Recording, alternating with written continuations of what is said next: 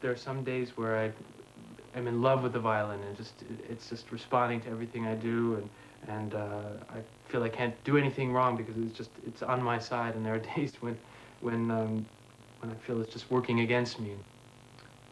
It changes from day to day, and again, like people, you know, like my girlfriend, you know, there are days where we get along great, and there are days where one of us is not in the best moods.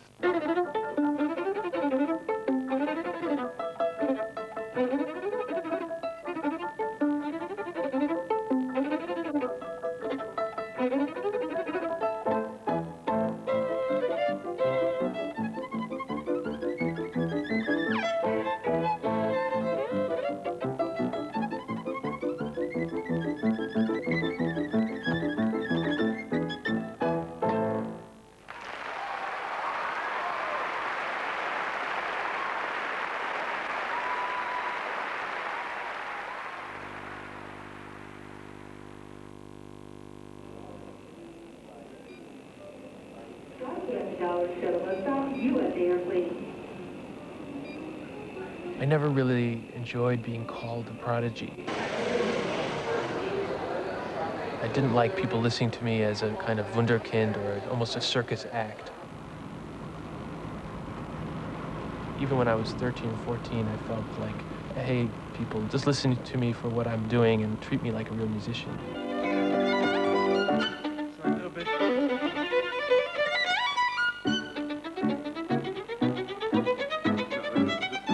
The Tchaikovsky Violin Concerto is a piece that I've lived with for a long time. I first learned it when I was 13 years old and made my first concerto appearance with a major orchestra playing the Tchaikovsky. It's probably the most exciting violin concerto to play and to listen to, and it's in some ways also the most difficult. And I'm going, you know what I mean? In order to be a performer, you know, we get up on stage and play in front of thousands of people, and we're basically standing up there saying, this is me, this is what I'm going to say about the music. I mean, it takes a lot of guts. I mean, to expect people to want to be drawn into your world or whatever, what you're doing on stage. And I think that takes a lot of guts and a lot of confidence.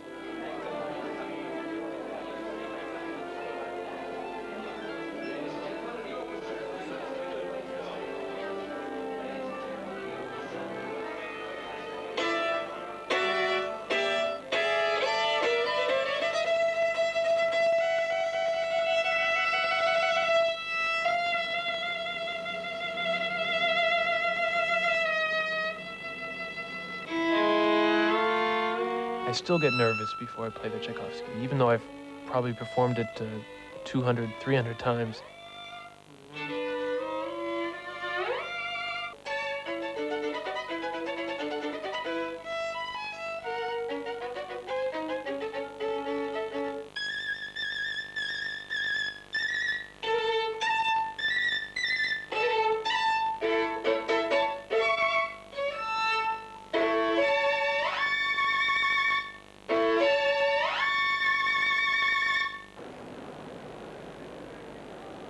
The soloist at the first prom performance in 1900 was Hans Wessely. And tonight, almost 100 years later, we'll hear the American violinist Joshua Bell. He's no stranger to the proms, having performed here twice in the concertos by Beethoven and Mendelssohn. And neither is Tchaikovsky's concerto a stranger to him, having played it under Riccardo Muti when he was just 16.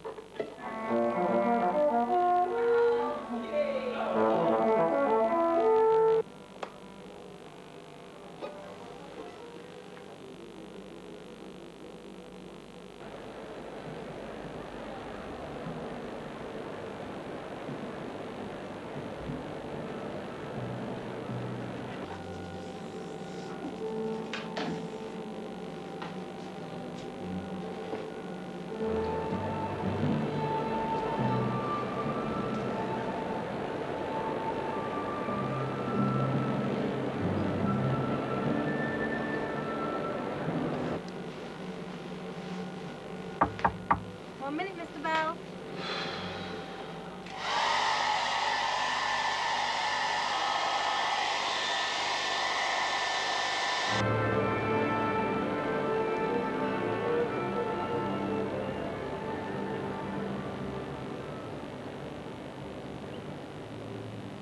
Okay. Ready? Okay. Do we walk between? Is it obvious? Okay. Okay. Good. Thanks. That's right.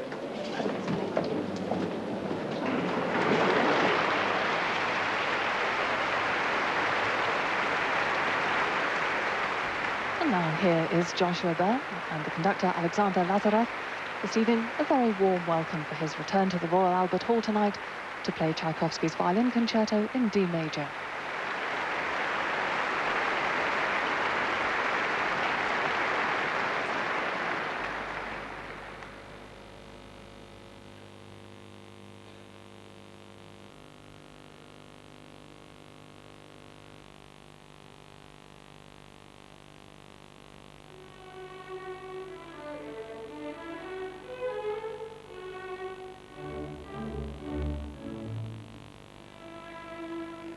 Like many great pieces, the Tchaikovsky Violin Concerto was really a failure with the critics at the first performance. It was actually written for Leopold Auer, but he disregarded the piece, said it was too difficult to play.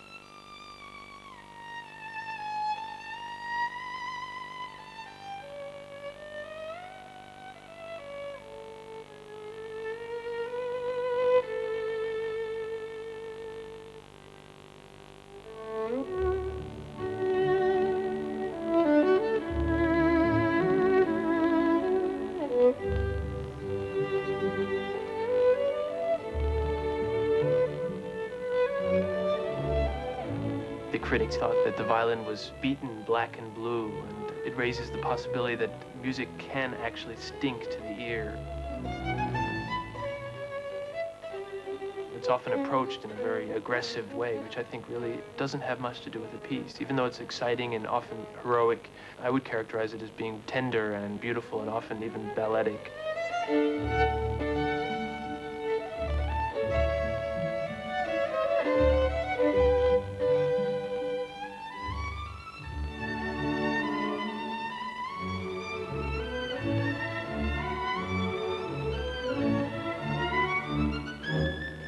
When I was about 3 years old, I used to collect rubber bands from around the house, and I used to string them across my dresser drawers.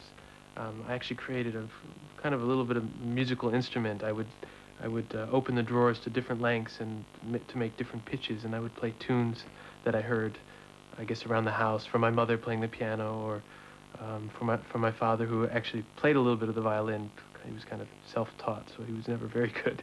But soon after that, they got me a little violin. I think it was 16th size. And I caught on very quickly.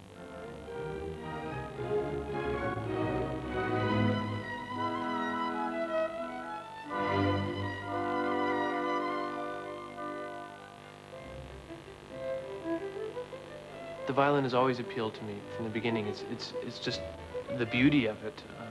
I think music is about beauty, and beauty of sound for me is really the #1 thing that a violinist should have.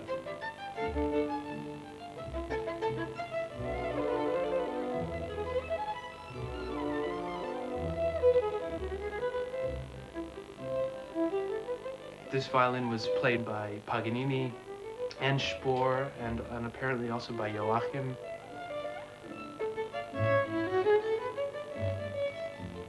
It's a Stradivarius violin that was made in 1732, and I've been looking all my life for an instrument. It's actually an ongoing quest, I guess, to find the perfect instrument.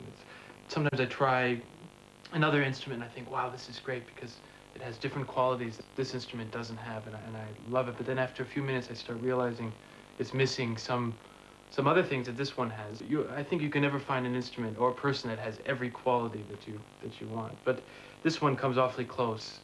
This is a nice balance between, because the lower strings,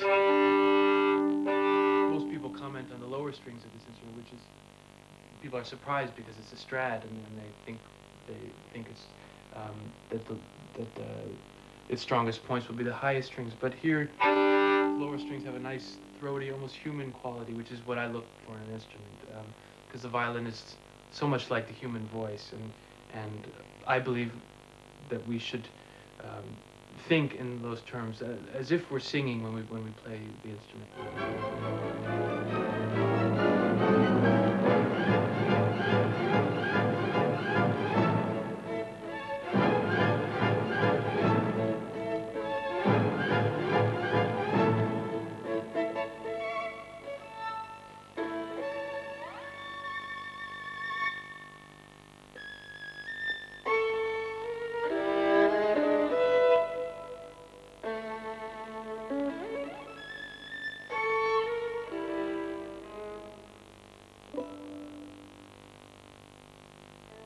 Part of the reason for a cadenza would be a chance for the violinist to display his technique and also give him a chance to expand on the themes in ways that wouldn't be done in the piece.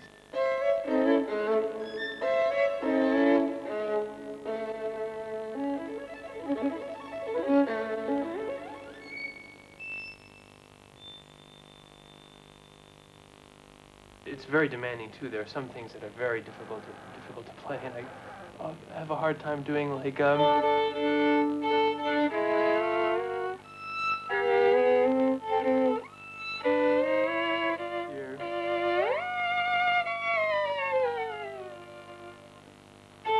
Hitting that top note is sometimes a mental block for me.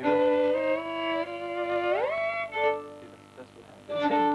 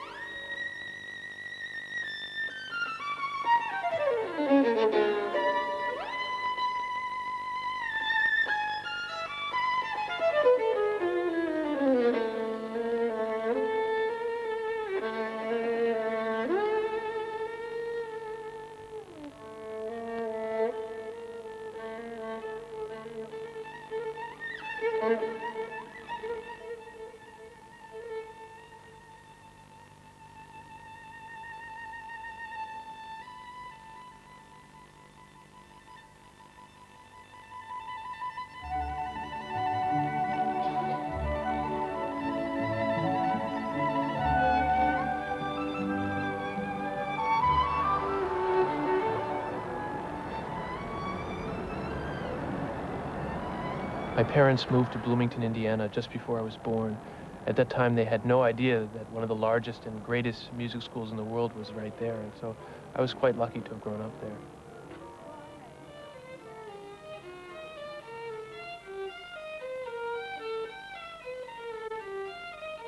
Through the age of 10, I don't think it entered my mind that I would become a violinist.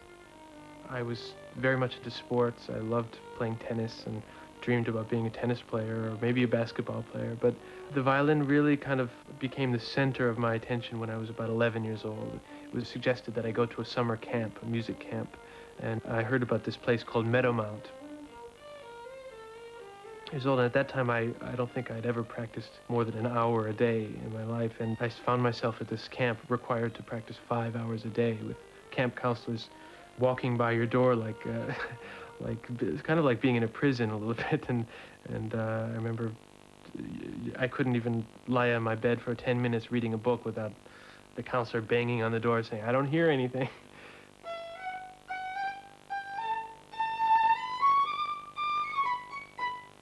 Sometimes you do very well, you see. Boom. No, not.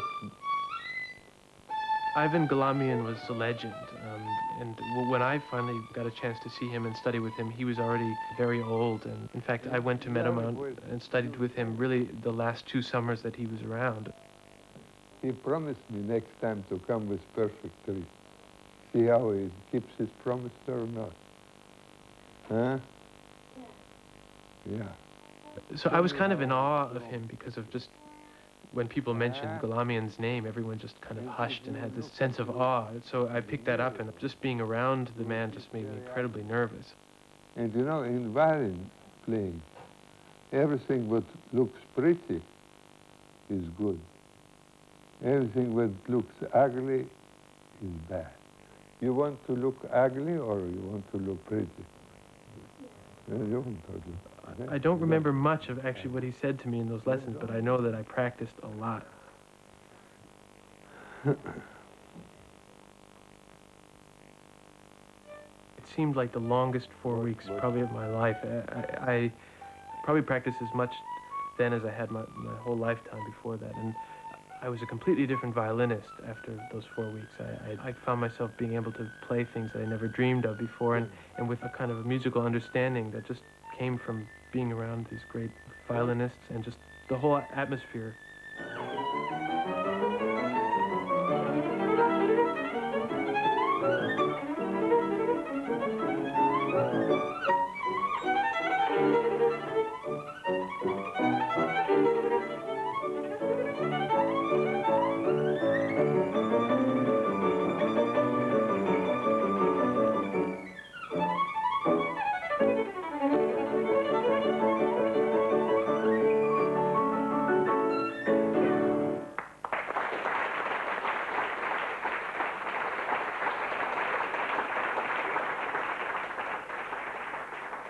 Naturally, growing up in Bloomington, I had heard about Joseph Gingold. He even had come to a couple of my concerts when I was very young. But it really wasn't until my summer at Meadowmount that I had my first lesson with him. I just remember walking out of the lessons just with a smile on my face, and all of us had so much fun at those lessons because I had been taking lessons from Galamian, and it was very severe, and I was very nervous. But Mr. Gingold just made us all feel so comfortable. A little bit, but when you play here.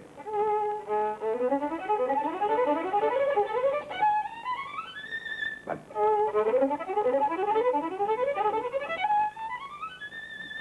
you know.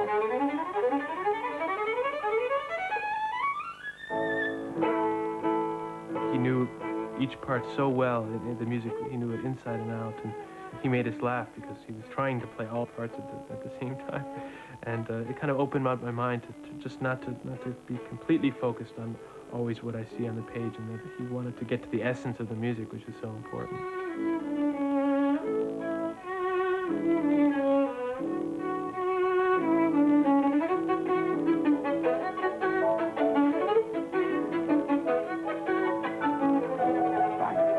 Josh, thank you very much, and Kevin, thank you too.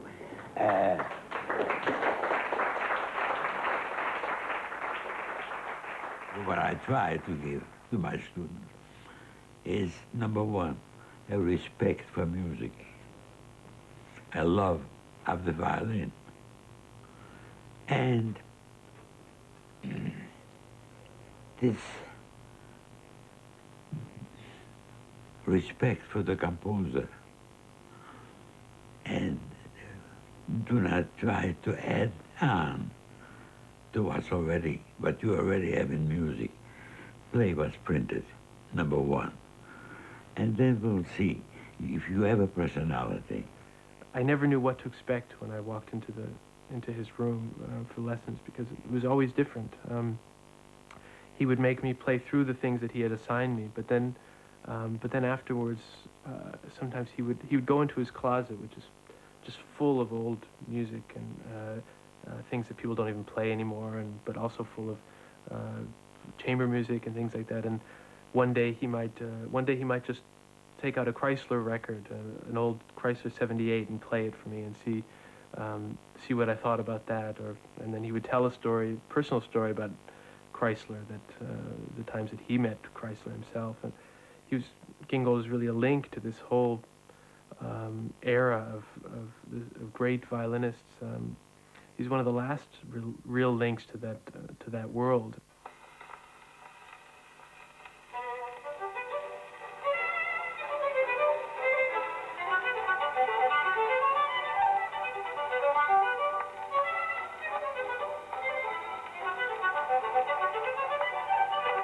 It's fast.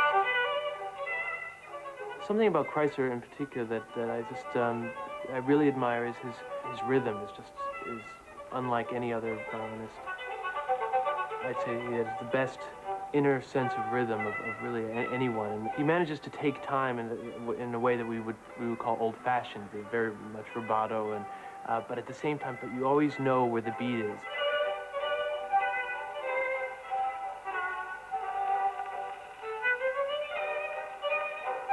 But I think the greatest thing about Kreisler, at least what comes across on the record, is his sense of warmth. I think it's very similar hearing Mr. Gingold play. It just emanates this warmth from his instrument. And in Gingold's case, I know it's because Mr. Gingold is such a warm person. And it makes me think that Kreisler must have been a wonderful, warm person because it really emanates from his playing.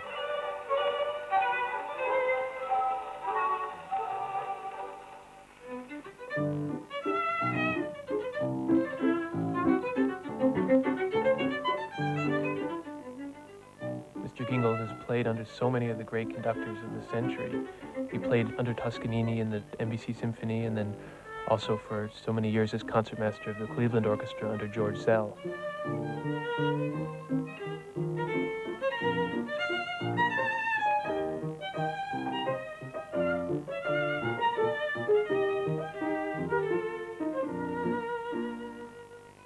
Joseph Gingold has been the greatest influence on me, musically for sure, and even personally and in many other ways. Next to my parents, he's been the greatest influence on who I am as a person, and he's a very special man. You can talk to almost anyone who's met him, and they always smile when you mention his name.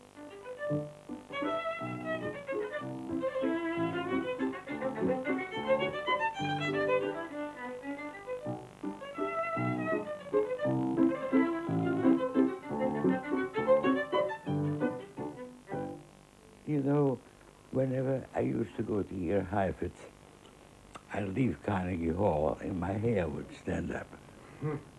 When I left the Kreisler concert, I felt like doing a Viennese waltz. That marvelous rhythm stayed with you.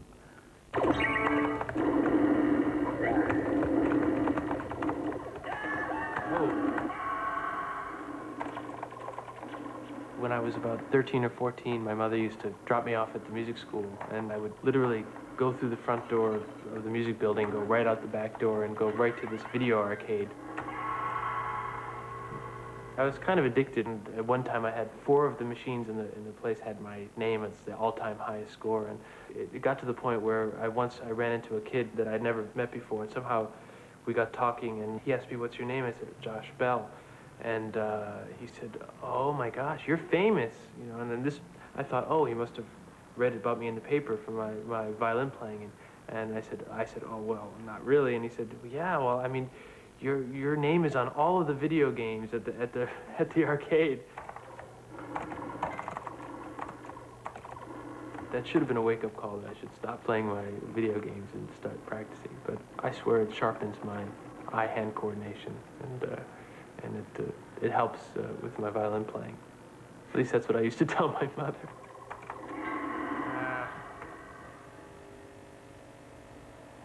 He thinks and dreams and is in a world where I can hardly even get his attention when I want it. So imagine a little 5-year-old boy in that world and a mother who's urgently trying to get him to catch a bus.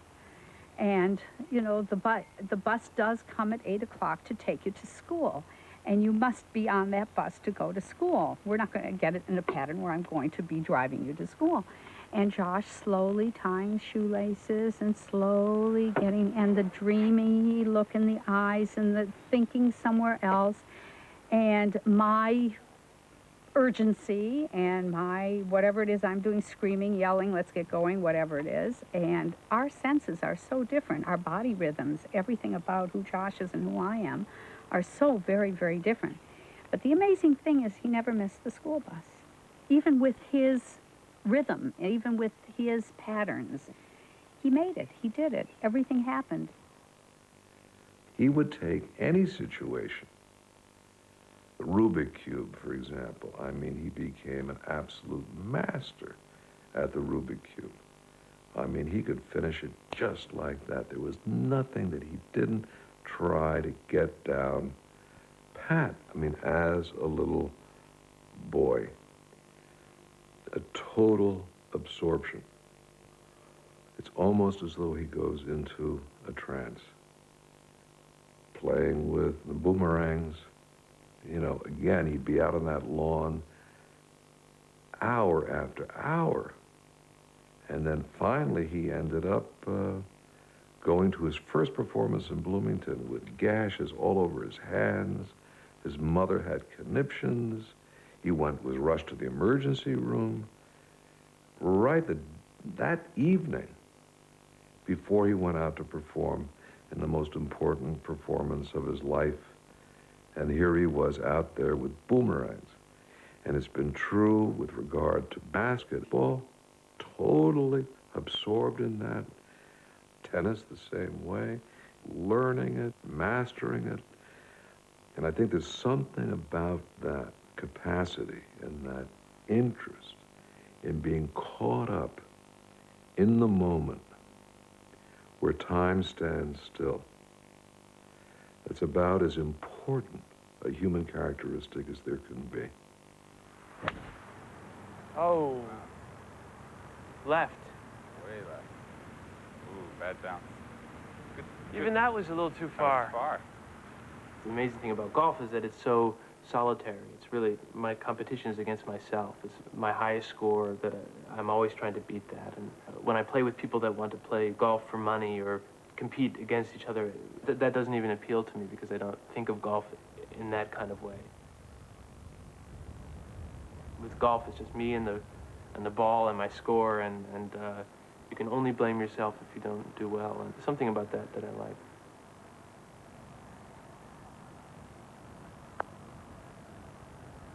Can I try that again? Okay. You want a wallet? I didn't do a great tee shot. I should at least do something decent.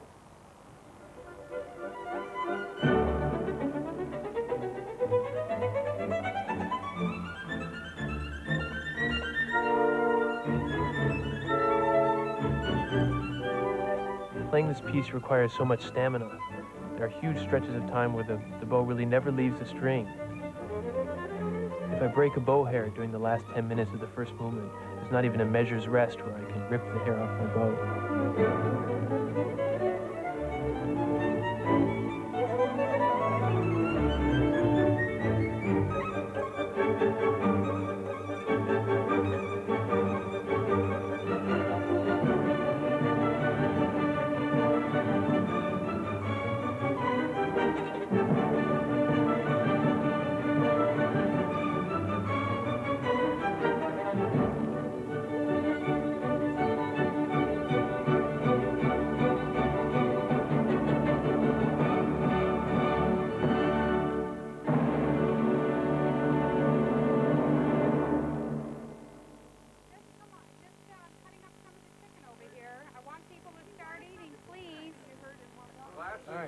Oh, that chicken.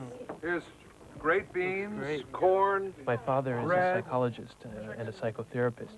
He teaches at Indiana University. can live without this broccoli. You can live without the broccoli. The broccoli is good for you. Is it good? Having parents that are very involved and strong figures, I think that's very important. I think historically, really behind every successful musician has been a parent that's had an important impact on their musical upbringing. From certainly Mozart is a great example, and Heifetz and Menuhin, and they had very strong parents. And we hear sometimes horror stories about the overbearing mothers and fathers with their child prodigies, and that's the downside of it. And sometimes the young musicians never really recover from that. Here's a question for you. Okay. What else more in your life, you see, gives your life I'll meaning? tell you exactly. Okay. Little things. For you, we know. Whims, eating, finding pleasure in... Are you a hedonist? Yes. You are. Totally. Well, what, don't you have any... Wait, hold it. The impact of his gifts and how we dealt with his gifts certainly was enormous. It involved not so much him, but all the trappings of his success having an impact on my youngest daughter. Feeling excluded, feeling not free, feeling as though somehow or other she had to present some kind of public image, always referred to as the sister of Joshua Bell. That's very existential. It involved, I think, his mother being too involved with him and not enough involved with me. I think this really goes into the equation of the extent to which a gift of this kind can be extremely destructive in the family, where what he is about musically and in terms of his success could have had enormously dire consequences for everyone concerned. I mean, we know for a fact that in 20 million years, anything I've ever done means nothing. Oh, my God. So, Did you say 20 million or 20 billion? No, that doesn't... some more chicken if I understand my motivations in believing it, but I can't really believe it. A lot of my time was devoted to taking Josh around, being with him, sitting at his lessons with him, taking notes, practicing with him, and enjoying every bit of it. And thrilled by what I was hearing because I'm a music lover myself, and this is my child. So there was no question that I was involved in a way that my husband was not. I think to some extent I did not engage in a career of my own at that. I was always doing something, but that was never the focus. The focus was much more Josh. As a matter of fact, I don't think I've ever been more enthusiastic than I was, or excited by, or found meaning in, than in following Josh and what was happening to him. there were times where I felt like my mother and I were almost the same person. I mean, I felt like if I had a success, she would get equal amount of pleasure out of it as I would. And it's very difficult to break away from that. I was so dependent on her, and she was kind of dependent on me. I felt I felt a lot of responsibility and also guilt breaking away from my mother. Well, I think it was very difficult for my wife. She may disagree.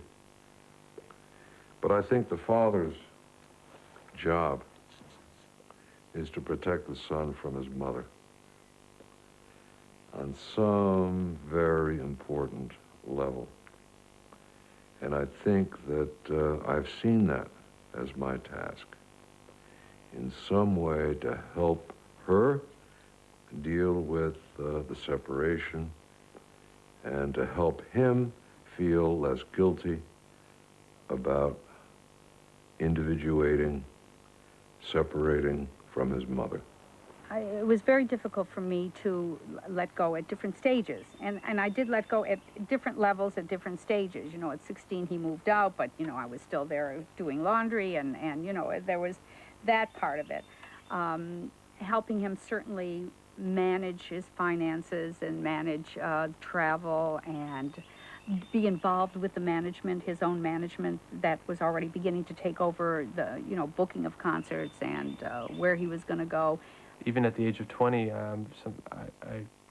she would come into my house and pack up my bags before a trip and do things like that. And my friends used to say, "Your mother packed up your bags for you?" And I used to think that seemed kind of normal to me. But eventually I had to make those kind of breaks. And my mother also understood that it was time to kind of make that kind of break. And it happened again last year when I almost totally was asked, presented with the proposition that I totally not deal with even the financial part of his life. And that's already pretty late, you know, at the age of 26 or whatever, 25, to say, Mom, I really want to try and do it on my own. And I'm, you know, scared out of my mind that you're going to really mess up. I'm on my way, I'm making it.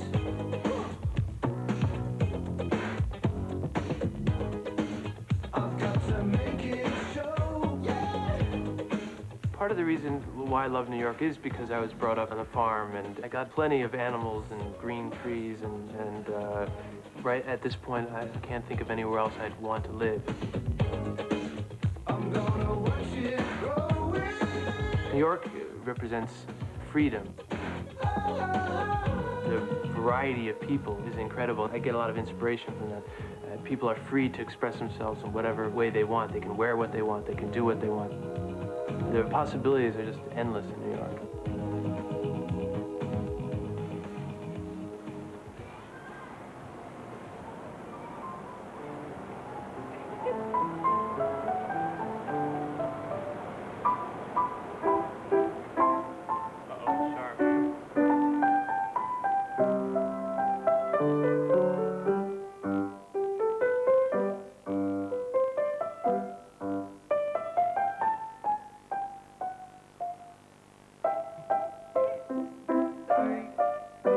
I met Lisa when I went to play with the Baltimore Symphony, and she was playing the violin in the orchestra, and she was a little different from everyone else and the other girls that I've met.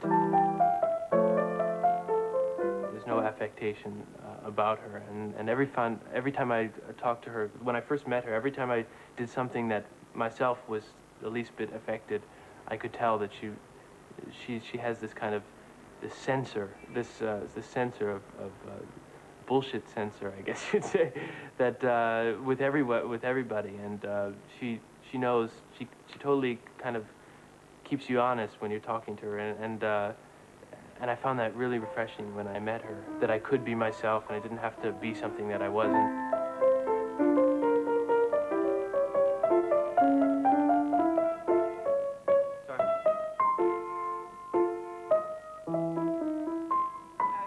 I don't know what he told you about how much he practices, but I'm sure it's a lot less than that. He really crams amazingly at the last second. He really will stay up all night the night before after not touching it for forever, and it's really it's amazing. I used to get nervous before his performances when we first started going out, and now I just know he just pulls it off. It's an incredible, intense concentration when he's practicing. When he decides he's going to do it, it's 100%, and it's like it doesn't matter what is going on in the background, and I really wish I could muster it myself, because the productivity that results from it is unimaginable.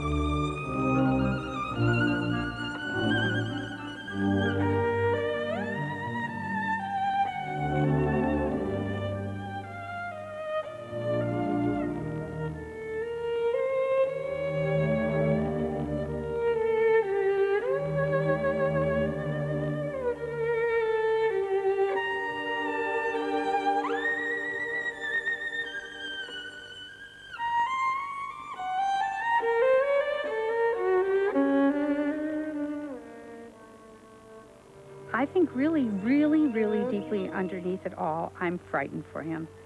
Underneath it all, I really want him to be happy. I don't want him to work so hard. I want him to feel, as a human being, that he feels good about himself. I want him to be a happy person. I don't want him to feel too many struggles. It even bothers me today if he's performing too much. Even though it may seem like the other is true, I think that's not the primary place where I am coming from, I personally. I think I'm more concerned about him as a person. And when people tell me he's such a nice, forget the violin playing, he's such a nice person, that gives me more pleasure than anybody, any critic who's going to say, wow, that was a great performance.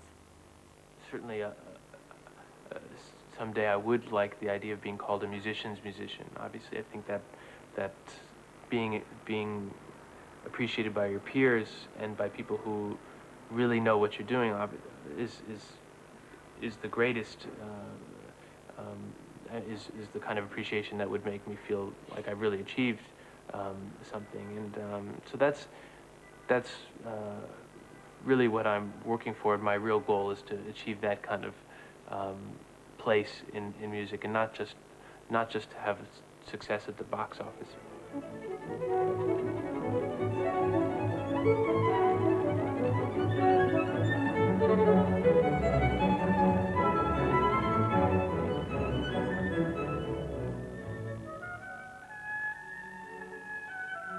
Music brings us somehow closer to whatever you want to call the truth, or some people might say God, or whatever it is that's solid and constant, which I think of as truth.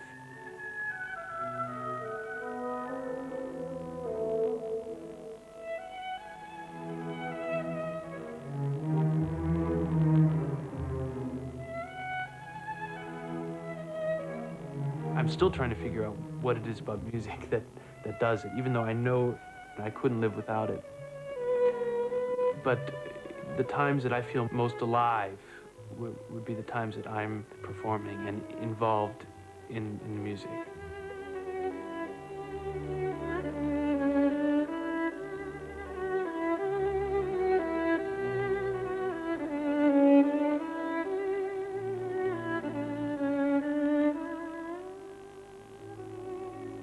I try to be the best at everything I do. I mean, almost to the extreme. I mean, to the point of being almost neurotic about it. But I think in order to be successful and to be good at something, you almost have to have almost a neurotic sense of wanting to be the best possible. And for me, this comes out in a lot of things. I mean, my friends are always joking, making fun of me because, you know, before a concert, one of the things I guess I do to take my mind off of my nerves is that I wad up a paper towel and I think of harder and more difficult ways to get it into the waste paper basket by bouncing it off, and I'll just sit there and I say I'm not going on stage until I get it right, and I mean that's absolutely meaningless and doesn't do the world any good, but that's kind of a side effect of my drive, I guess, to want to not be mediocre.